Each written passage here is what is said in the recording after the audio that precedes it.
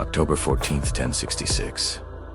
England held its breath. Across the rolling hills of Sussex, the morning fog clung to the ground like a shroud, masking the army formations on both sides. King Harold II, recently crowned after the death of Edward the Confessor, had marched his armies south at a punishing pace, fresh from a bloody victory at Stamford Bridge against the invading Vikings. Fatigue weighed on his men, yet they knew the weight of the crown rested on their shields. Ahead, Duke William of Normandy prepared to claim what he believed was rightfully his: the English throne. The stage was set on Senlac Hill, a modest rise overlooking the English Channel. Harold's forces, mostly infantry, formed a shield wall, dense and immovable.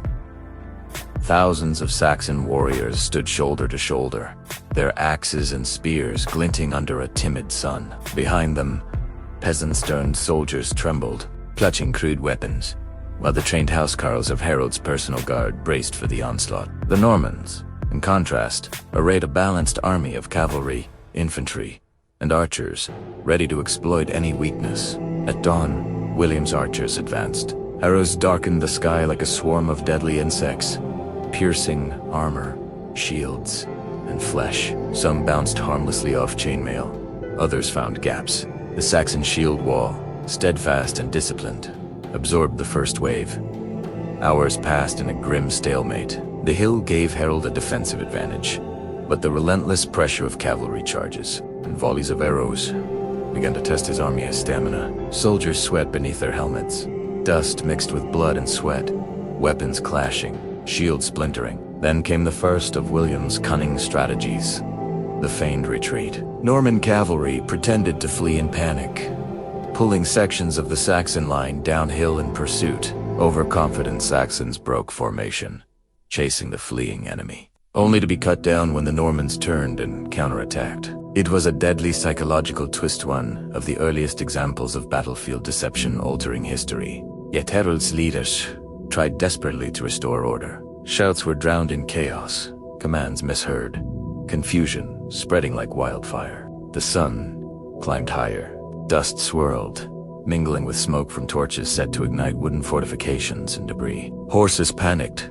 trampling men and scattering formations. Normans pressed relentlessly, but Harold's shield wall refused to crumble completely. The two armies exchanged volleys, charges, and countercharges. Every inch of ground became a battlefield of desperation, heroism, and fatal miscalculations. As the afternoon wore on, fatigue set in. Harold's soldiers were exhausted from forced marches, the prior battle in the north, and constant engagement under the sun. Even small mistakes were amplified.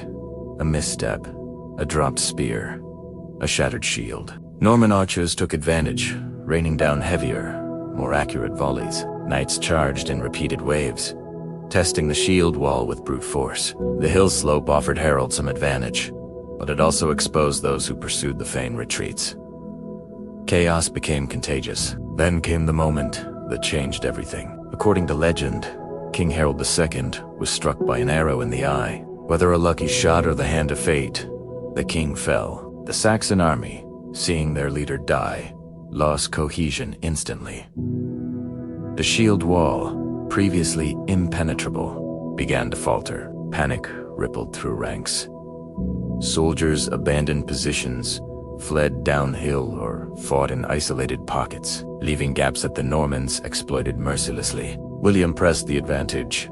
Knights cut down retreating soldiers, infantry seized broken lines, and archers continued to rain death from above. Entire regiments disintegrated into chaos.